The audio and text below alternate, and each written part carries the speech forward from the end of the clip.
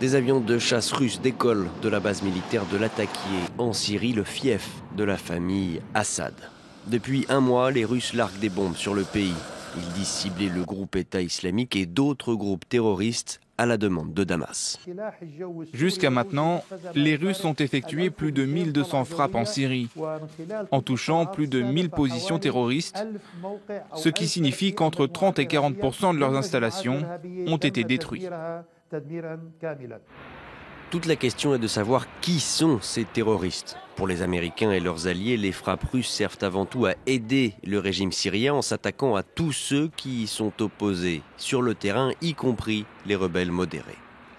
Sur cette carte qui détaille les frappes lors de la première semaine de la campagne, il apparaît clairement que ce sont les régions tenues par l'opposition, en particulier à Hama, Idlib et Alep, que les bombardements sont les plus intenses. À Damas, le gouvernement syrien se réjouit. Pour lui, cette stratégie paye.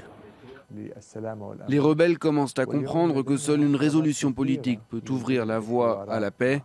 Et au moment où je vous parle, nous avons déjà reçu des demandes de la part de groupes rebelles qui prennent part à des opérations militaires pour ouvrir le dialogue.